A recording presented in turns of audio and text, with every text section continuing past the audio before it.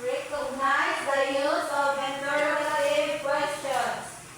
Form correct questions with interrogative questions. Appreciate the use of interrogative questions in daily life and show respect and kindness by asking polite questions using interrogative questions. Okay, so ang interrogative questions tayo, no, kay katulad ng mga questions nga gigamit nato sa pangagawad-law. So mo ni sila: who, what, where, when, why, ug how. So ato ni siyang tagsa-tagsaon kung para asa ni siya gamiton.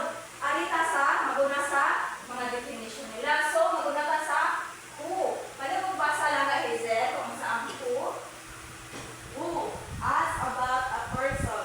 Okay, very good. Kung mangutan na tayo tanong kung about sa tao, kung natay gipangita, kung kuan, kung unsay lang pangalan kay ang ato ang gamiton kay ang word nga who. So nasabtan na ba mga langga? Yes! Okay, give yourselves one clap.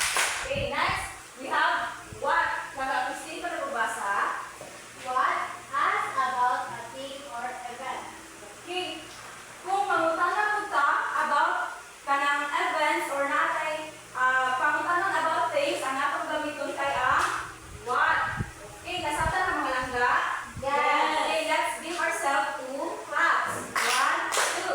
Okay, the third is where. Ang where ask about a place. So kung mangutan na ka tungkol sa lugar, ang gamiton na to nga word kay ang Where. Okay, wala na ba pangutanan ni mga langga?